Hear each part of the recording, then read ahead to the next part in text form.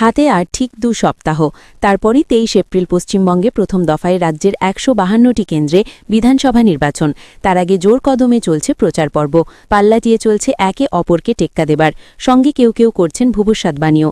আসন্ন বিধানসভা নির্বাচনে বীরভূমের হাসন কেন্দ্রে তৃণমূল কংগ্রেসের প্রার্থী ফাইজুল হক কাজল শেখের ওপর দল ভরসা করেছে। রবিবার প্রচারে নামলেন কাজল শেখ। এদিন বারা গ্রাম পঞ্চায়েত ওয়ার্ড 2 নম্বর বিভিন্ন এলাকায় জনসংযোগ কর্মসূচি চালানো হয়। এলাকার মানুষের আশীর্বাদ ও জনসমর্থন গ্রহণ করেন তিনি। স্থানীয় মানুষেরা প্রিয় প্রার্থীকে কাছে পেয়ে ফুলের মালা পরিয়ে ও পুষ্পবৃষ্টি করে স্বাগত জানায়। এদিন সাংবাদিকদের মুখোমুখি হয়ে কাজল শেখ জানান, মানুষ উন্নয়নের স্বার্থে ভোট দেবে। জয়ের ব্যাপারে তিনি 100% আশাবাদী। আমরা কোনো সময়ের জন্য বলি না, আমাদের মাননীয় মুখ্যমন্ত্রী মাননীয় মমতা বন্দ্যোপাধ্যায় 2011 থেকে 2025 এই মাত্র কয়েক বছরের ব্যবধানে সারা বাংলার 100% উন্নয়ন করে দিয়েছে। আমরা বলি কোথাও 95%, কোথাও 92%, কোথাও 99% উন্নয়ন হয়েছে। অর্থাৎ 2-5% উন্নয়নে ঘাটতি বা খামতি আছে, সেগুলোকে আগামী দিনে আমরা পূরণ করে দেবো। তাছাড়া এই হাসন বিধানসভা মানুষের 5টা দাবি আছে। সেই 5টা দাবি আমি আমার রাজ্য নেতৃত্বের কাছে তুলে ধরেছি এখানে আসার পরে। 1 নম্বর দাবি হচ্ছে মারগ্রাম থেকে তারাপীঠ যাওয়ার জন্য যে দ্বারকা নদী প্রবাহমান, সেই নদী অর্থাৎ মারগ্রাম থেকে যদি তারাপীঠ যায় তা প্রায় 12 থেকে 14 কিলোমিটার পথ অতিক্রম করে যেতে হয়। কিন্তু ওই নদীর উপর যে ব্রিজ তৈরি করা যায় তাহলে 1-2 কিলোমিটার রাস্তা হবে। এটা একটা দাবি ছিল। মারগ্রামে যে স্বাস্থ্য কেন্দ্রটি আছে সেই স্বাস্থ্য কেন্দ্রটির পরিকাঠামোগত দিক দিয়ে উন্নয়নের জন্য বলেছিল এরিয়া মানুষ। 2 নম্বর দাবি। 3 নম্বর, বিষ্ণুপুর গ্রাম পঞ্চায়েতে বসুয়া গ্রামে একটা স্বাস্থ্য কেন্দ্র আছে, সেই স্বাস্থ্য কেন্দ্রটি পরিকাঠামোগত উন্নয়ন। 4 নম্বর, নলাটি 2 নম্বর ব্লক, এই ব্লকে নলাটি 2 নম্বর ব্লক এবং রামপুরহাট 2 নম্বর ব্লক, এই দুটো ব্লক নিয়ে হাসন বিধানসভা। এই দুটো ব্লকের মাঝে ব্রাহ্মণী নদী প্রবাহমান, এই নদীর মধ্যে যদি একটা ব্রিজ তৈরি করে দেওয়া যায় তাহলে এই দুটো ব্লকের মানুষ অর্থাৎ একটা বিধানসভা মানুষ এক জায়গায় থাকতে পারবে। 4 নম্বর হলো 5 নম্বর দাবি, আমাদের যে লোহাপুর আছে,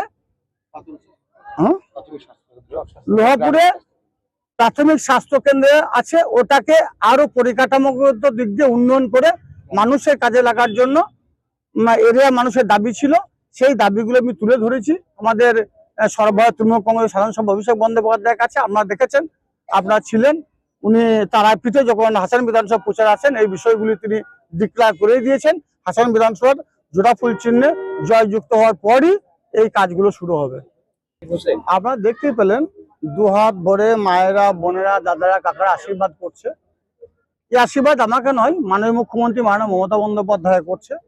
কারণ মমতা বন্দ্যোপাধ্যায়ের সৈনিক হিসাবে, মমতা বন্দ্যোপাধ্যায়ের প্রতিনিধি হিসাবে মানুষের দরজা যাচ্ছে যে চতুর্থবারের জন্য বাংলার মসনদে মমতা বন্দ্যোপাধ্যায়কে অধিষ্ঠিত করতে হবে। বাংলার যে উন্নয়ন, সেই উন্নয়নের ধারাকে অব্যাহত রাখার লক্ষ্যে স্বভাবতই বাংলার মানুষ মমতা বন্দ্যোপাধ্যায়ের কাছ থেকে যে পরিষেবা পেয়েছে সেই লক্ষ্যে তারা আমাদেরকে 2 হাত ভরে আশীর্বাদ করছে। দেখুন, অভিষেক বন্দ্যোপাধ্যায় আমাদের দলের সেনাপতি, তিনি সাঁইথিয়াতে বক্তব্য রেখেছেন।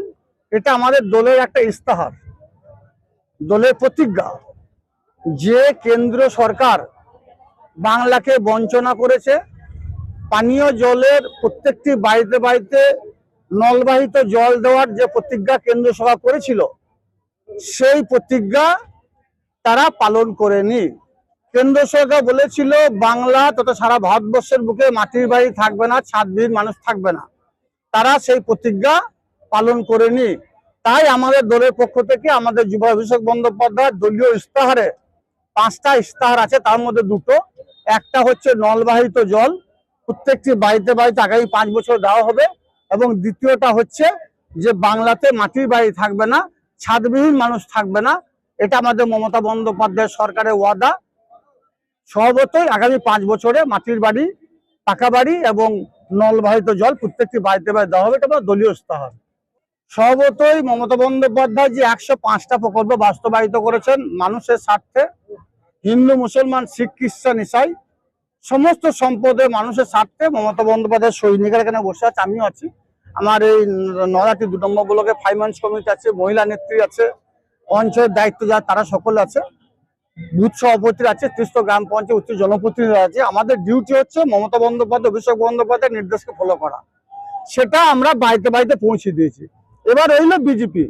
বিজেপি যারা কর্মী, যারা নেতা, যারা বড় বড় ফতোয়া দিচ্ছে, বড় বড় ডায়লগ মারছে, তাদেরকে বলবেন যদি তাদের কেন্দ্রীয় সরকার অনেক প্রকল্প বাস্তবায়িত করেছেন, আপনাদের মাধ্যমে শুনতে পাচ্ছি, চোখে কিছুই দেখতে পাচ্ছি না। বিজেপি তারা বলেছিল সারা ভারতবর্ষের মানুষকে অ্যাকাউন্ট খোলার জন্য, আমরা সবাই অ্যাকাউন্ট খুলেছি। এখনো প্রতিদিন একবার করে ব্যাংকে যায়, অ্যাকাউন্টটা চেক করে 5টা টাকাও ঢোকেনি। 15 লক্ষ টাকা দেওয়ার কথা ছিল। আমাদের ইয়াং জেনারেশন ভাইরা যারা আছে তাদেরকে বলেছিল যে বছরে 2 কোটি বেকার সমস্যার সমাধান হবে। কিন্তু আমরা বারবার জিজ্ঞাসা করি ইয়াং জেনারেশন ভাইদেরকে কজন চাকরি পেয়েছো, বিভিন্ন মঞ্চ সভাস্থল থেকে একজনও হাত তুলে বলে না যে চাকরি পেয়েছে। ওদের ধোকাবাজের সরকার, ধান্দাবাজের সরকার, ভোটের বাজনা বাজে তখন তারা আসে, যেই ভোটে গোহারা হেরে যায় ওদের পাত্তা পাওয়া যায় না। সর্বতই ভোটের বাজনা বেজেছে টিআরপি বাড়ানোর জন্য, অনেক লম্বা চওড়া ডায়লগ দেবে। বাংলায় শিক্ষার ক্ষেত্রে অভাবনীয় পরিবর্তন ঘটছে মমতা বন্দ্যোপাধ্যায়। কন্যাশ্রী প্রকল্প শুধু ভারতবর্ষ নয়, সারা বিশ্বের বাজারে বিশ্বকে তোলপাড় করে দিয়েছে। আর কি বলছেন, শিক্ষার ক্ষেত্রে উন্নয়ন হয়নি? বাংলার মানুষের সঙ্গে ওদের কোনো যোগাযোগ নেই। বাংলার শিক্ষা, স্বাস্থ্য, কর্মসংস্থানে মমতা বন্দ্যোপাধ্যায় যে উন্নয়ন করেছে, বিজেপি সেই সব উন্নয়ন সম্বন্ধে কোনো ধ্যান ধারণা নেই, কোনো জ্ঞানই নেই ওদের। যার জন্য বড় বড় ডায়লগ মারছে। ইলেকশনের সময় মারবে, ইলেকশনের পর ওদের দেখা যাবে না। আপনি যে বিধানসভায় দাঁড়িয়ে আছেন, এই বিধানসভায় যিনি বিজেপির ক্যান্ডিডেট, 2021 নির্বাচনে তিনি এসেছিলেন, প্রতিদ্বন্দ্বিতা করেছিলেন, বড় বড় ডায়লগ, বড় বড় ভাষণ দিয়েছেন। 21 পর মানুষকে জিজ্ঞাসা করুন না, 5 বছর তিনি এসেছেন, গোয়ারা হেরেছেন, আর তার পাত্তা পাওয়া যায়নি। 26 নির্বাচন এসেছে, উনি আবার আসছেন, মানুষকে প্রতিশ্রুতি দিচ্ছেন, এটা করব সেটা করব। জিজ্ঞাসা করে দেখুন, মানুষ বলে গত 5 বছর আসেনি, একে ভোট দিলে আবার 5 বছরের দেখা পাওয়া যাবে না, একে ভোট দেবো না। মানুষকে জিজ্ঞাসা, আমি নয়, একজন ভোটার বলছে। সর্ববৃহৎ গণতান্ত্রিক দেশ বিশ্বের, সংবিধান দ্বারা পরিচালিত হয়। যে কোনো মানুষের অধিকার আছে প্রার্থী দেওয়ার, প্রতিযোগিতা করার, নমিনেশন ফাইল করার। দেখ না, অসুবিধা কি আছে?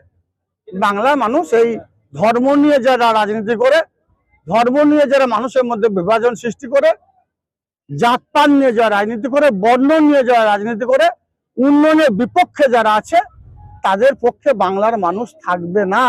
বাংলার মানুষ, বাংলায় বারবার নির্বাচন হয়েছে, নির্বাচনের প্রাককালে অনেক দল এসেছে, অনেকে ধর্ম নিয়ে সুশ্রী দেওয়ার চেষ্টা করেছে, মানুষের মধ্যে বিভাজন সৃষ্টি করার চেষ্টা করেছে।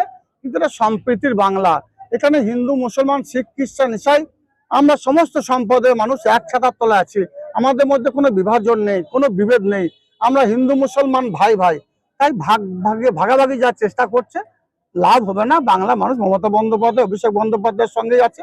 চতুর্থবারের জন্য 250-এর বেশি আসন নিয়ে মমতা বন্দ্যোপাধ্যায় সরকার অধিষ্ঠিত হবে, আর বিরোধীরা শুধু দেখতে থাকে। জনসাধারণকে বার্তা এটাই দেবো, মাননীয় মুখ্যমন্ত্রী মাননীয় মমতা বন্দ্যোপাধ্যায় এর সরকার আসার প্রাককালে, 2011 প্রাককালে যে অনুন্নয়নের বাংলা ছিল, যে বাংলার মানুষের ঘুম ভাঙতো বোমার আওয়াজে, যে বাংলায় মায়েরা শুধু হাহাকার করতো তার ছেলে হারানোর ব্যথায়, বোনেদের হাজার হাজার বোনদের স্মৃতির সিঁদুর হারিয়েছে।